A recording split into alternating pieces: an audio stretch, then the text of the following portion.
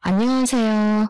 저는 지금 30대 중반으로 달려가고 있는 오늘을 화끈하게, 내일은 화려하게 살고 싶다는 걸 목표로 삼고 있는 여성입니다. 화통한 성격 때문인지 애인보다는 친구가 더 잘 어울린다는 말을 들으며 산 지도 벌써 30년이 훌쩍 넘어버렸네요. 이런 저에게 잊지 못할 한 사건이 일어나게 되었는데 정말 너무 어이도 없고 제가 왜 그 눈구름이 같은 속을 못 알아채고 홀라당 넘어갔었는지 황당하기만 합니다. 친구들에게 말을 해봐야 세상 물정 모르고 뒤통수 맞았다고 욕이나 한 번 더 얻어먹을 것 같다는 생각에 저를 아무도 모르는 이곳에 찾아와 이렇게 사연을 남겨봅니다. 제가 연애를 많이 해본 것이 아니라서 남자의 마음을 너무나도 몰랐던 게 이번 사건의 패착이라는 생각도 물론 합니다만 그래도 역시 사람을 속이는 쪽이 못된 놈 아니겠습니까? 여러분들께서는 제가 바보 같은 건지 아니면 저를 속인 그놈이 나쁜 놈인 건지 제대로 한번 이야기를 들어주시고 선택을 해주시면 감사하겠습니다. 이렇게나마 제 편을 만들었으면 하는 마음에 별의별 말을 다 털어놓네요. 그럼 서로는 여기서 줄이고 제 이야기를 풀어보겠습니다. 저는 자수공방을 운영하시는 어머니와 어머니가 운영하는 자수공방 건물을 소유하고 계신 아버지 밑에서 태어나 정서적으로나 물질적으로나 부유하게 평생을 자랐습니다. 저희 어머니께서 자수공방을 운영하신 덕분에 어릴 때부터 저도 자수를 배워서 그런지 인내심이 강하고 조용조용하며 강한 멘탈을 소유한 사람이 되었습니다. 성격면에서는 어머니를 닮았고 행동면에서는 아버지를 닮았는데 저희 아버지는 조물주 위에 계신 건물주라 그런지 행동에 거침이 없으셨습니다.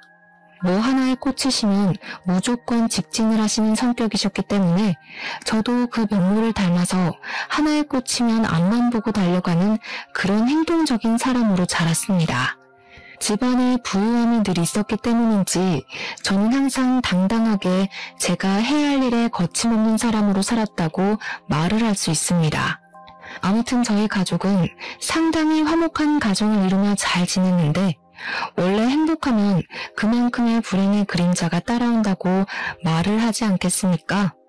저희 아버지께서 갑자기 피곤하다, 몸이 힘들다, 체력이 많이 소모되는 것 같다 하셨는데 저희 아버지께서 또 운동을 상당히 좋아하셨거든요. 저는 그냥 아버지께서 운동을 하느라 피곤한 건 줄 알고 아버지도 이제 나이를 많이 드셔서 그런 거다 했는데 건강검진을 가셨다가 췌장암에 걸린 걸 알게 되었습니다. 췌장암이라는 게 증상도 뒤늦게 나타나는 바람에 이미 저희 아버지는 숨쓰기에는 많이 늦은 몸이 되어버렸습니다. 저희 가족은 아버지와 함께 서서히 이별을 준비하면서 아버지의 발자취를 정리하는 일을 도왔는데 처음에는 정말 믿기지 않는 현실에 많이도 울었습니다. 아버지께서 너무 덤덤하게 우리 가족과의 이별을 준비하시며 웃는 얼굴만 기억하고 가면 좋겠다고 말씀을 하실 때는 정말 속이 말이 아니었습니다. 저는 그 뒤로 아버지의 마지막 소원에 따라 울음을 꾹 참고 아버지와의 시간을 보냈는데 저희 아버지께서 저에게 이런 말씀을 하셨습니다. 내가 건물을 네 엄마 이름으로 넘겨주려고 했는데 엄마랑 이야기를 해보니 앞으로 살 날이 더 창창한 사람이 가지는 게 맞는 것 같다. 아버지께서는 보유하신 현금 재산은 어머니에게 드리고 건물은 저에게 주시겠다고 말씀을 하셨습니다. 어머니께서도 동의한 일이며 상의한 결과이니 부담을 가지지 말고 건물을 잘 가지고 있으라고 말씀을 하셨습니다. 그렇게 아버지는 모든 것을 정리하신 뒤 딱 1년 4개월이라는 시간을 저희 가족과 함께 보내시고는 돌아가셨습니다. 저와 엄마 그리고 제 동생은 하염없이 울었지만 그래도 아버지께서 정리하실 시간을 충분히 주셨기에 또 한편으로는 미련 없이 아버지를 보내드릴 수 있었습니다. 마지막쯤 고통으로 인해서 힘들어하실 때는 저희도 뼈와 살을 깎는 고통을 느꼈지만 웃는 얼굴로 마지막을 보내자고 하셔서 울지 않으려 얼마나 애를 썼는지 모르겠습니다. 장례식장에서도 영정 사진으로 웃고 계신 건강한 아버지의 얼굴을 보았을 때 정말 미친 듯이 울었지만 속은 후련하더라고요. 저는 아버지를 납골당에 잘 모신 뒤 틈만 나면 납골당에 가서 아버지의 사진을 보며 이야기를 나누고 제 속마음을 털어놓곤 했습니다. 아빠, 나 오늘 회사 팀장님한테 칭찬받았다? 처음 받는 칭찬이라서 엄청 좋았어. 그리고 나 오늘 소개팅 했는데 남자 키가 너무 작은 거 있지? 배도 나오고. 아빠 같은 사람 어디 없나 몰라. 납골당에 앉아서 이런저런 이야기를 주절주절 하고 있었습니다. 그러던 어느 날 평소처럼 주저앉아 이야기를 하고 있는데 누가 저한테 다가오더니 저를 빤히 바라보는 게 아니겠습니까? 처음에는 무슨 사이콘가 싶어서 내가 피해야 하는 건가 하다가 용기를 내서 누구시냐고 저한테 볼일 있냐고 물어보니까 그냥 피식 웃으면서 제가 누군지 궁금했대요. 이게 무슨 소린가, 제가 한국말을 못 이해하는 건가 영문을 몰라서 그냥 가만히 있었죠 뭐. 저도 주말마다 찾아오는데 매번 여기서 넋두리를 하시는 분이 있더라고요. 누군지 궁금했어요. 이번에는 팀장님이 칭찬 안 해주셨나 봐요. 그러면서 본인 이름이 김민재라고 하더라고요. 제 넋두리를 다 들었구나 하는 생각에 얼굴이 붉어지긴 했지만 저도 제 이름이 윤봄이라고 인사를 드렸습니다. 어쩌다 보니 조금 이야기를 나누게 되었는데 나이는 저와 동갑이었고 상당히 패션 센스가 좋은 스타일인 남자였습니다. 첫인상 자체가 무척이나 호감상이었기 때문에 저는 이 사람과의 대화를 통해서 꽤 많은 것을 물어보게 되었고 친절하게도 민재 씨는 저에게 많은 것을 답해 주었습니다. 저는 이 납골당에 아버지를 보러 찾아오는 것이라 했더니 민재 씨는 자기 부모님 두 분 모두 교통사고로 돌아가셔서 찾아오는 거라고 했습니다. 여동생과 둘이 살고 있다고 하는데 갑자기 괜한 걸 물어봤다는 생각이 들어서 민재 씨에게 사과를 했더니 그러지 말라고 돌아가신 지 시간이 꽤 흘렀다고 하더라고요. 그 이후로 몇 번 마주치게 되어서 커피를 한 잔 마시며 이런저런 이야기를 나누게 되었고 결국에는 휴대폰 번호도 교환하게 되었습니다. 그 뒤로 가끔은 시간을 맞춰서 납골당 앞에서 만나기도 했는데 혼자 다닐 땐 꽤 우울했는데 둘이 다니니 기분도 괜찮고 좋더라고요.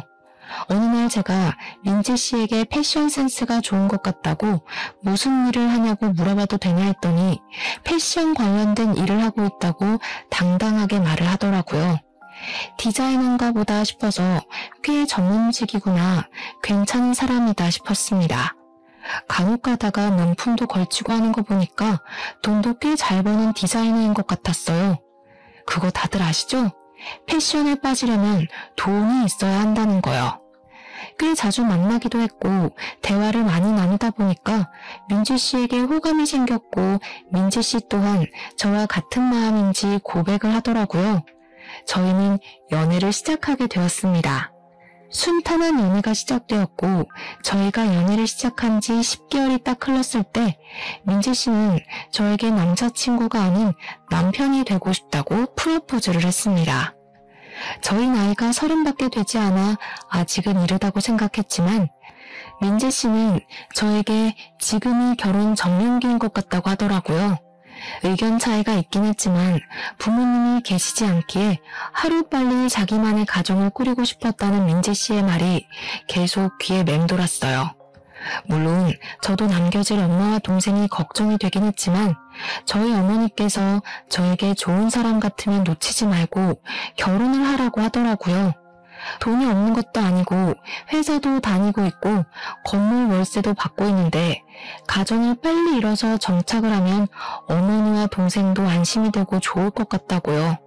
거기다가 어머니 친구들 중에 일찍 손주들을 보신 분들도 계신데 손주 보는 재미가 그렇게 좋다고 하더라며 어머니께서도 하루빨리 손주를 보고 싶다고 하셨습니다. 그래서 민재 씨랑 예비 신우, 어머니와 제 동생 이렇게 다섯이서 간단하게 상견례를 하고 결혼식 준비를 했습니다. 신우의 나이가 24살밖에 되지 않았는데 알고 보니 아직 취업이 되지 않아서 준비 중이라고 하더라고요.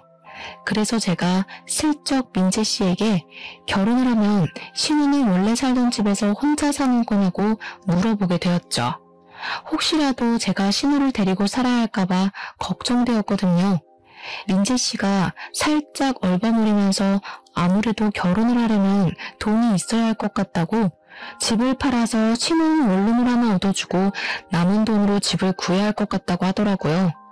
어차피 자기네 집이나 우리 집이나 형편은 비슷하지 않아? 저는 민재 씨에게 끝까지 건물을 가지고 있다는 말을 하지 않았습니다. 그게 아버지의 신신당부이기도 했으니까요.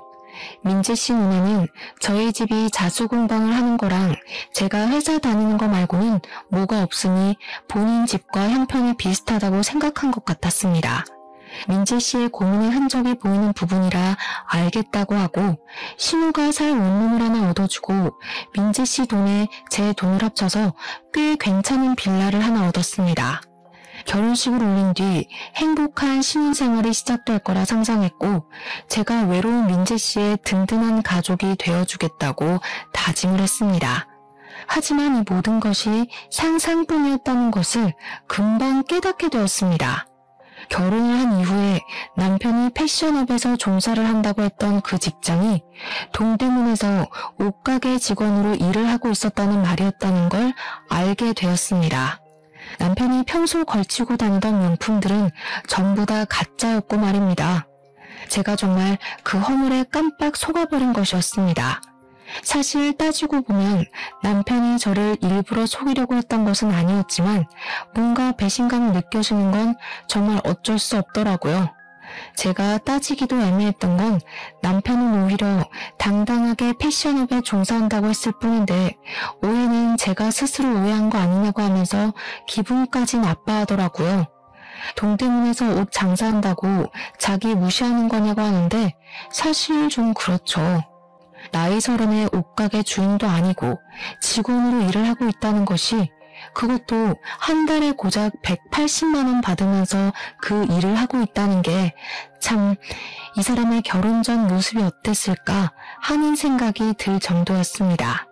결혼하고 3개월 정도는 꽤 행복한 시간을 보낸 적도 있었어요. 제가 차린 밥을 먹고 같은 방 같은 침대에서 눈을 뜨고요. 그러던 어느 날 갑자기 신우가 신혼집 한번 놀러 오더니 집이 너무 좋다고 이런 집에서 살고 싶다고 저에게 은근 말을 걸더라고요. 지금 사는 원룸도 엄청나게 저렴한 반지하 원룸이라서 보안도 취약하고 별로라며 조금 무섭다는 식으로 말을 했습니다. 계속 저 들으라는 듯이 와 나도 이렇게 햇볕 드는 집에서 먹고 자고 하면 너무 좋겠다 하는데 불편함이 느껴지더라고요. 저는 신우에게 그냥 대놓고 신우도 취직하면 볕 드는 집으로 이사가라고 애둘러서 같이 사는 건 죽어도 싫다는 표현을 전했습니다. 신우는 그 뒤로 마치 작정을 한 사람처럼 굴었는데 자꾸 저희 집을 찾아와서 집안 살림을 하나둘 건드리기 시작했습니다.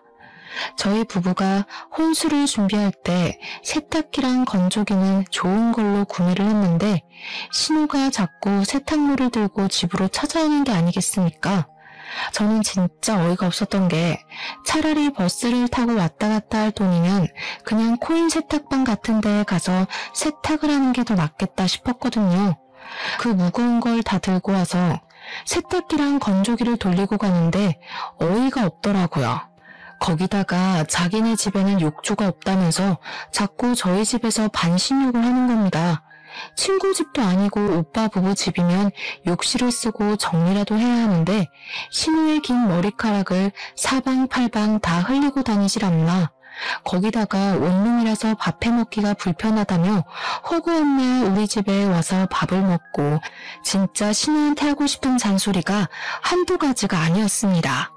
그렇게 결혼 생활을 한 지 6개월 차가 되었을 때 갑자기 남편이 저에게 호들갑을 다 떨면서 큰일 났다고 난리를 치는 겁니다.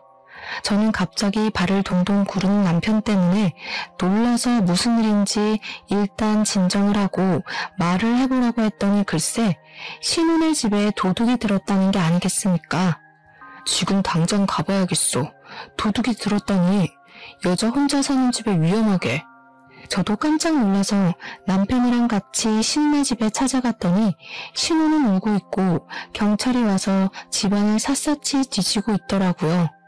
저는 정말 깜짝 놀라서 신우에게 뭐 없어진 건 없냐고, 다친 데도 없는 거 맞냐고 이것저것 물어봤는데 신우는 고개만 도리도리 젓고 모르겠다고 울고만 있었습니다. 신우가 나이도 어린데 여자 혼자 사는 집에 도둑이 들었으니 얼마나 놀랐겠습니까? 남편은 경찰이랑 이런저런 이야기를 나누고 있고 저는 신우를 안아주며 달래다가 결국에는 일단 짐부터 싸라고 이야기를 했습니다.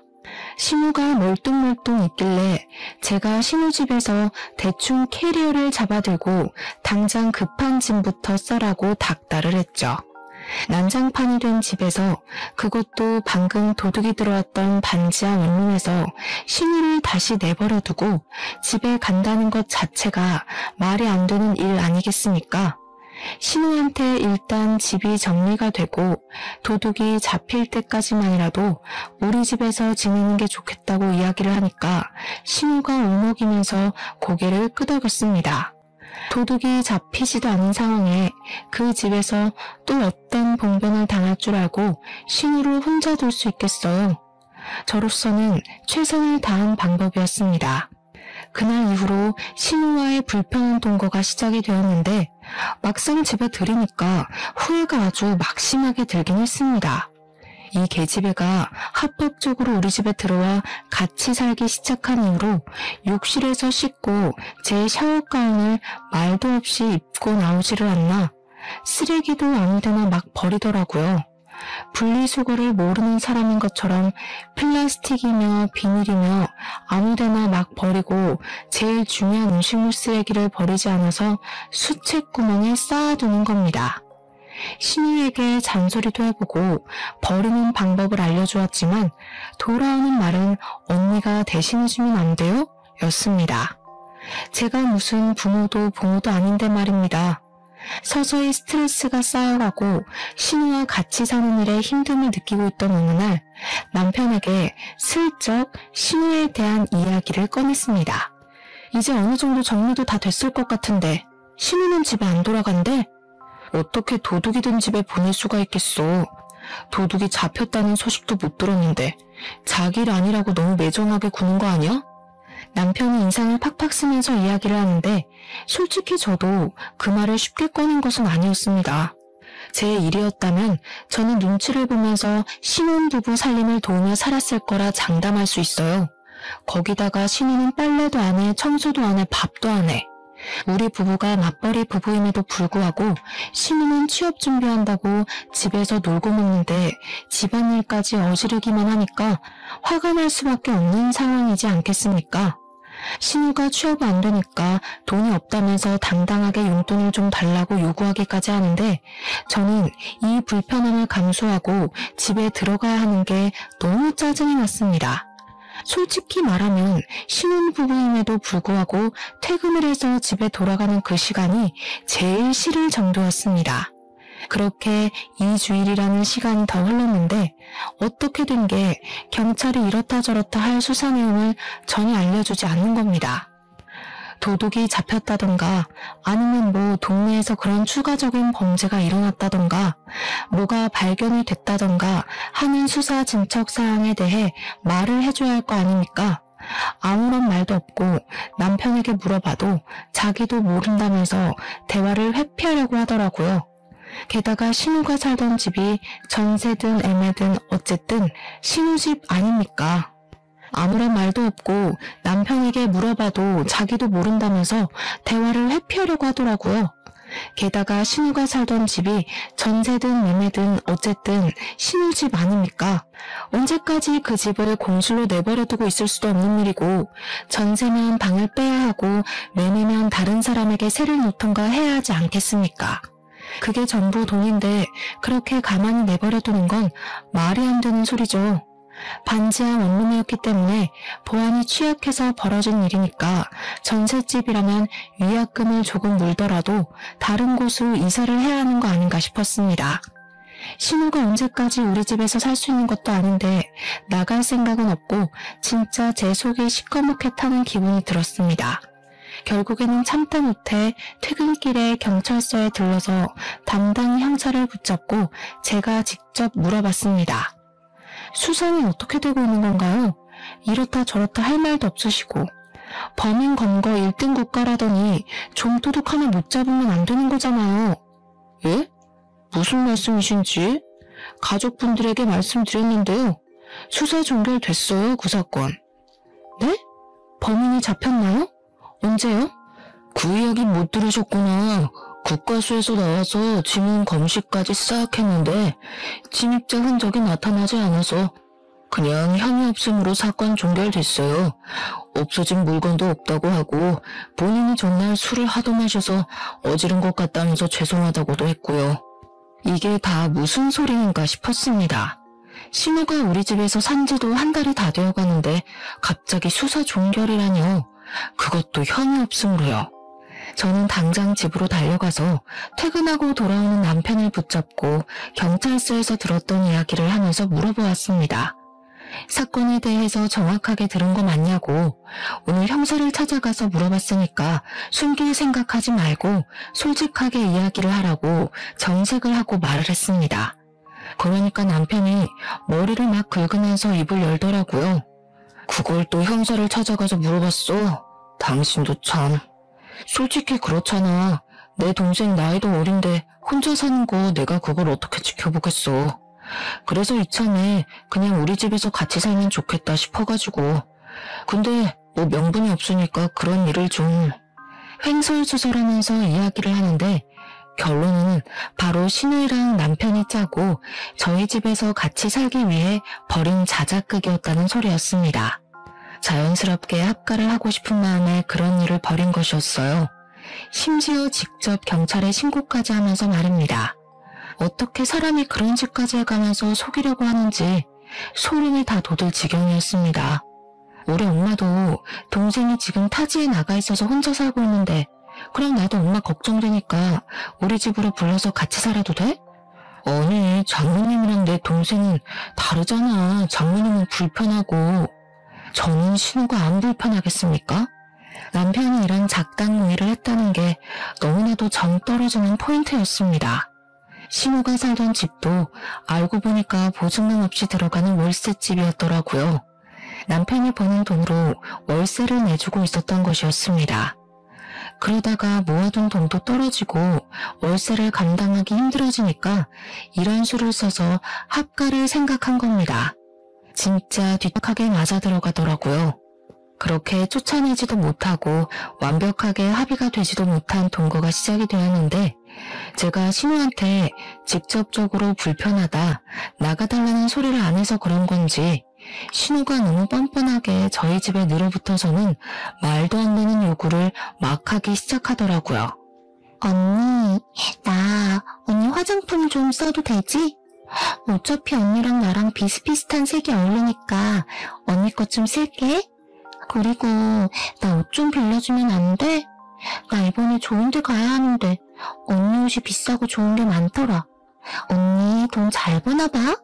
그런 식으로 제 물건을 마치 지 물건처럼 쓰고 다니는데 안 된다 해도 몰래 쓰고 있더라고요. 그러다가 선을 제대로 넘는 사건이 발생하게 되었습니다.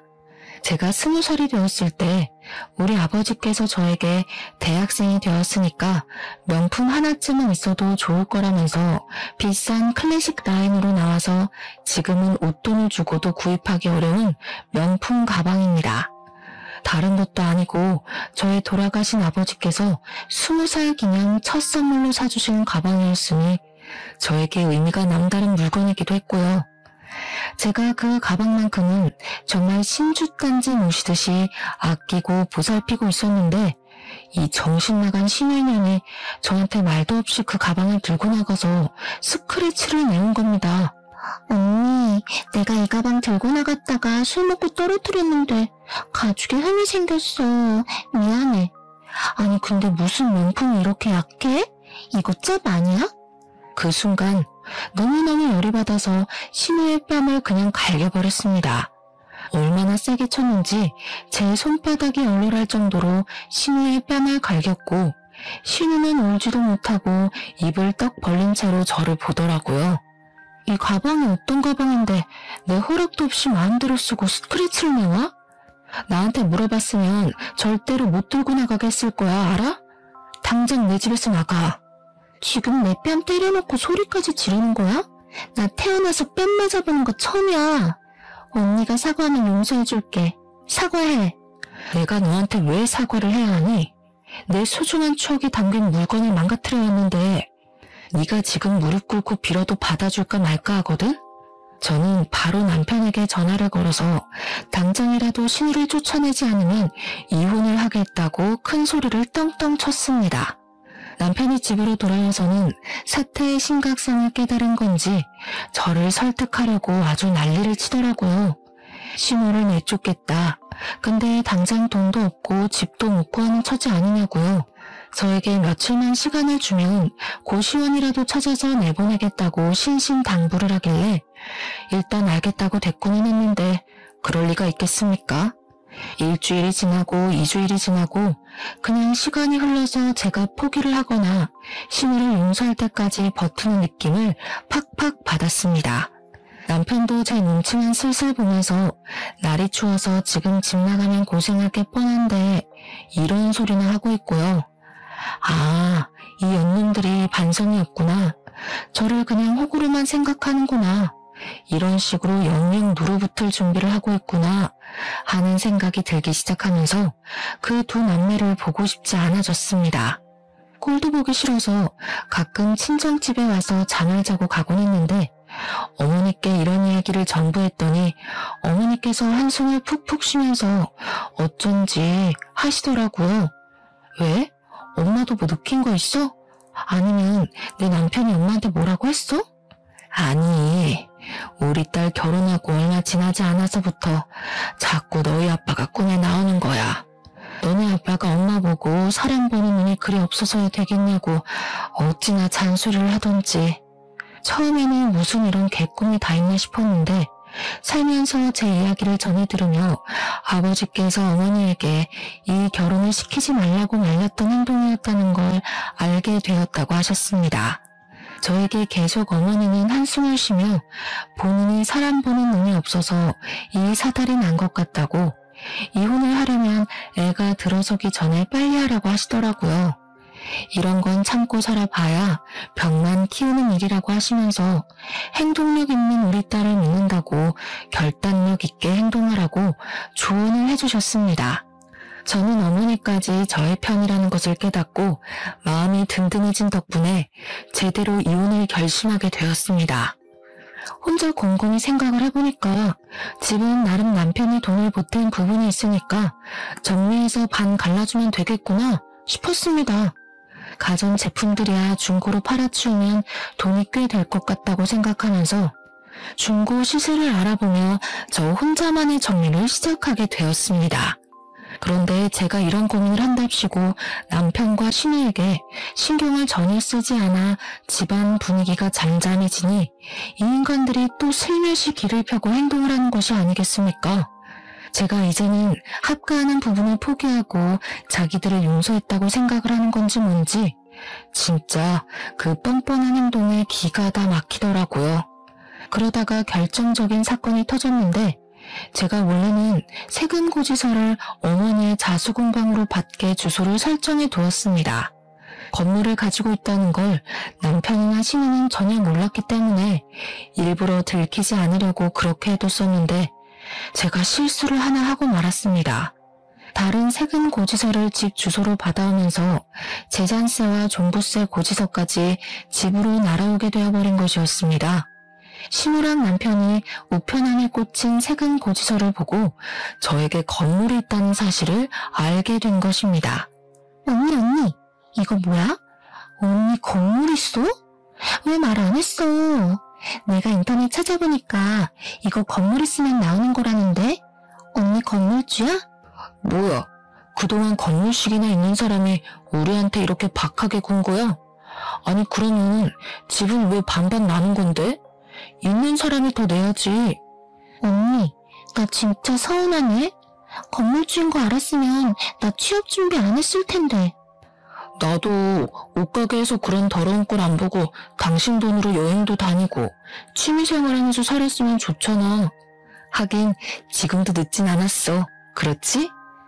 언니, 진짜 대단하다. 그렇게 돈도 많으면서 회사는 왜 다니는 건데? 앞으로는 그런 건물 관리하면서 놀고 먹고 여행 다니자 우리. 그 건물 관리 내가 할까? 아무래도 건물주가 남자인 게 더 낫지 않겠어? 지금 둘 다 나 말할 틈 하나 안 주고 뭐 하는 거야? 이 건물 내 명의지만 내 거 아니야. 우리 엄마 거야, 신경 꺼. 당신 이름으로 세금을 내고 있는데 당신 거지 어떻게 장모님 거야? 그냥 자기 거 하자. 월세 얼마씩 들어오는데? 나한테 안 들어온다고. 너네 진짜 거지근성 버리는 게 좋겠다. 지금 신우가 이 집에 얹혀 살고 있는 것만으로도 나 많이 참고 있거든? 내 건물이라고 쳐도 너희 남매에게 돌아가는 이득은 없을 테니 그냥 신경 끄고 살아. 그런 법이 어디 있어? 우리 부부 아니야? 부부 사이에 너 돈 내 돈 따지고 드는 거야? 언니, 내가 집 나갈게. 오빠랑 싸우지 마.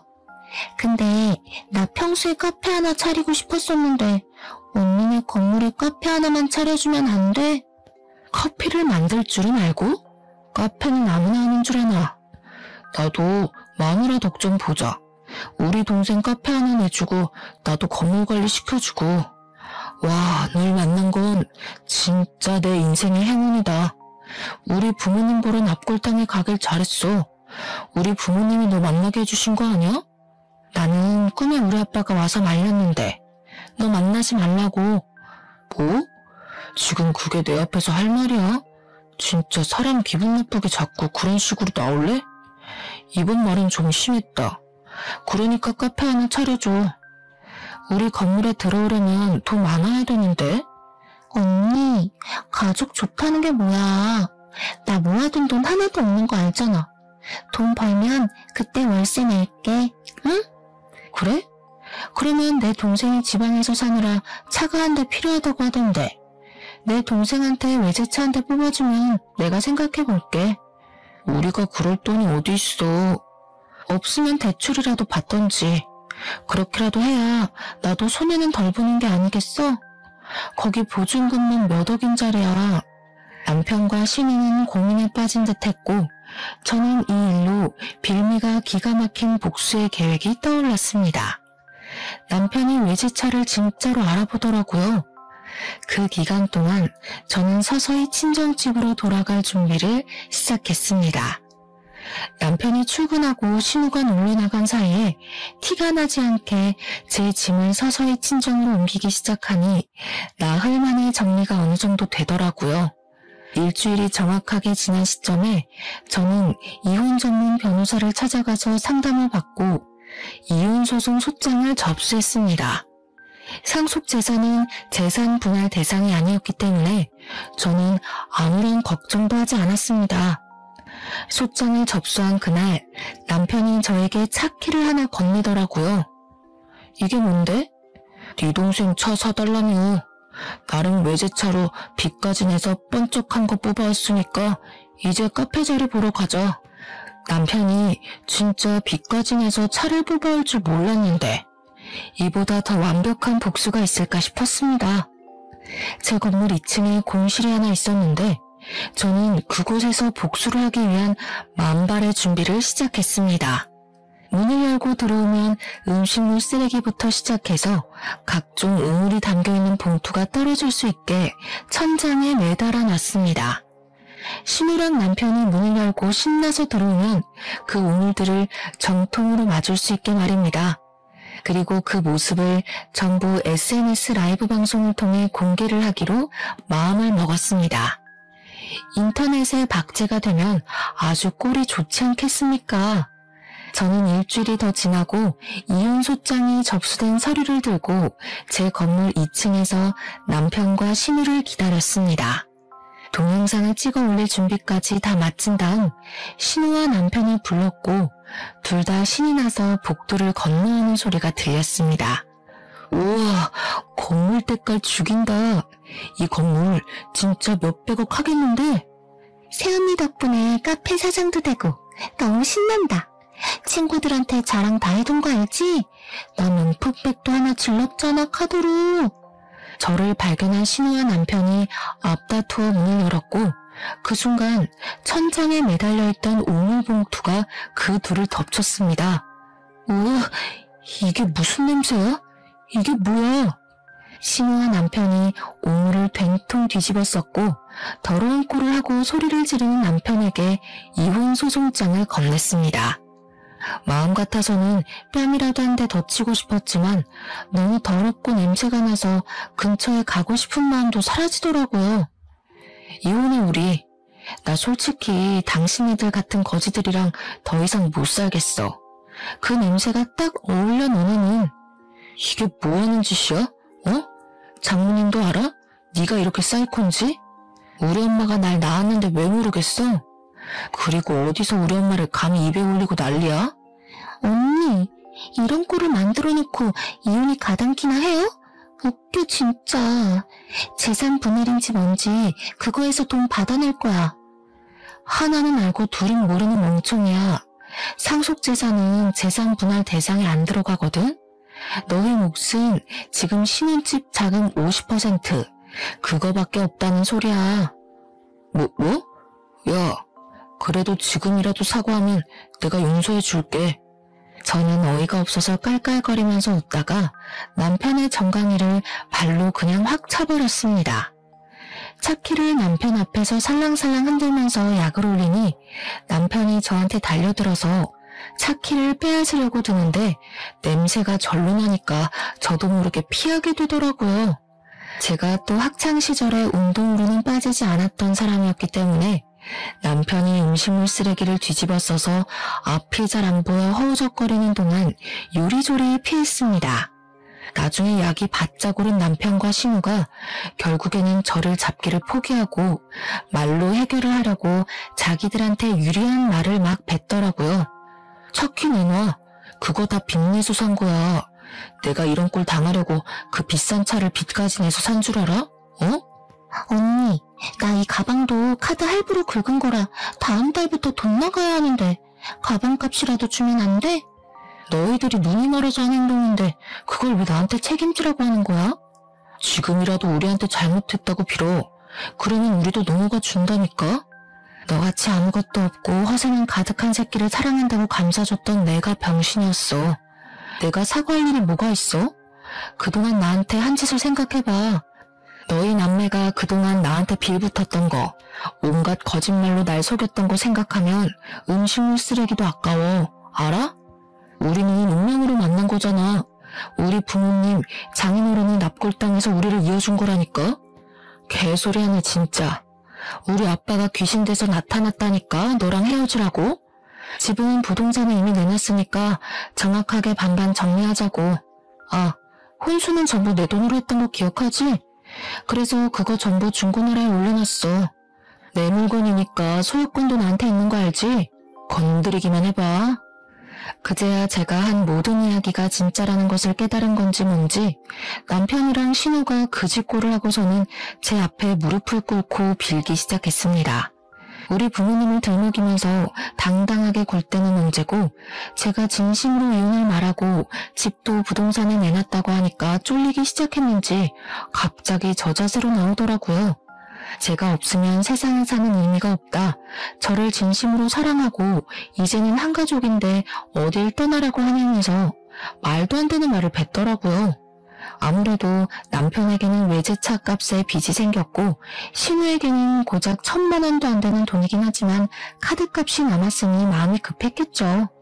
저는 이미 남편이 제 명의로 사둔 차의 키를 빙빙 돌리면서 끝까지 나약하고 허세있고 찌질한 그들의 모습을 마음껏 비웃어 주었습니다. 당장 그 집에서 쫓겨나면 오갈 곳도 없고 먹고 살 걱정이 되니 어쩔 수 없는 행동이었겠지만 저는 통쾌하게 느껴졌습니다. 제가 씨알도 안 먹힌다는 표정으로 아무 소리도 하지 않으니 남편이랑 신우가 바짝 엎드려서 잘못했다고 빌었습니다. 언니, 내가 그동안 서운하게 했으면 진짜 미안해. 내가 잘못했어, 응? 나 이제 앞길이 창창해질 것 같은데 한 번만 봐주면 안 돼? 내가 카페 성공시켜서 언니한테 돈 다 갚고 효도도 하고, 어? 내가 진짜 잘할게, 언니. 제발 나 한 번만 살려줘. 나 이 가방 1000만 원짜리란 말이야. 내가 돈이 어디 있어서 이 가방 값을 내겠어. 나도 그 외제차 8천만 원이나 주고 산 차란 말이야. 대출도 제대로 안 나와서 제 3금융 캐피털도 3군데에서나 빚내서 산 거야. 제발 지금 당신이 모른 척하면 우리 평생 빚쟁이한테 쫓겨다니면서 살아야 한다니까. 까지 말로만 잘못했다고 말을 하고 제 건물에 기대서 편하게 살고 싶다는 말을 돌려하는 그들에게 저는 마지막 인내심까지 사라지게 되었습니다. 말하는 꼬락서니를 들어보니 이것도 아주 잠깐이고 제가 받아주기라도 하면 건물 명의부터 돌려달라고 할 뻔뻔한 연놈들이었습니다. 주먹이 불끈 쥐어졌지만 영상에 다 찍히고 있는 중이었기 때문에 꾹 참고 참았습니다. 혹시라도 폭행 신고가 들어가면 안 되니까요. 이들의 이 뻔뻔한 작태는 전국에 퍼질 거고 이혼 소송도 제 편에서 마무리되길 바라고 있었기 때문에 부모님 생각을 하면서 버텼습니다. 대신 신우가 메고 온 그 1000만 원에 가깝다는 미니백에 남은 음식물 쓰레기를 탈탈 털어 넣어 주었습니다. 신우가 경악을 하면서 소리를 빽 질렀지만 저는 아랑곳하지 않았죠. 신우는 부들부들 떨면서 가방 내피를 닦아내려고 애를 쓰더라고요.